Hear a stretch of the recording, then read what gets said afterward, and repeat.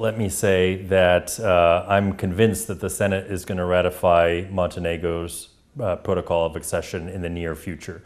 So the process of ratification wasn't finalized before the last day of the session of the 114th Congress, but the Congress reconvenes on January 3rd, and I'm confident that we'll find a two-thirds majority easily to pass the ratification protocol. Don't forget that in the Senate Foreign Relations Committee, where the topic was first taken up, that it overwhelmingly passed with no objections. No, I don't expect further problems. There were two senators that voiced some concerns, but it takes two-thirds of our Senate to ratify a protocol of this nature, which is 67 out of 100 votes, and I'm confident that we'll have more than 67 votes when the measure comes to the floor of the Senate. Not so long ago, you were persuading the committee of the US Senate to fasten up the ratification process of Montenegro. As one of the reasons, you mentioned increased Russian influence.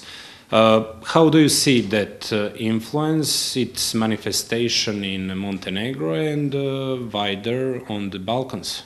Well, Russia is very active in the region. Russia has funded a number of parties, NGOs, movements whose purpose is to undermine NATO integration, Eurosceptic parties, not just in the Western Balkans, across the region. In fact, we've seen Russia playing an aggressive and destabilizing influence in my own country, where there was a cyber attack perpetrated during our presidential election season. So Russia has a history of doing this. But in the last 12 months, certainly it's taken things to a new level and has acted with a degree of aggression that we haven't seen in the past, which is cause for concern. Our country, Montenegro, has been shaken down by a story about the alleged terrorist attack, which was organized, according to our state prosecutor, by some Russian nationalists. Do you know something about that?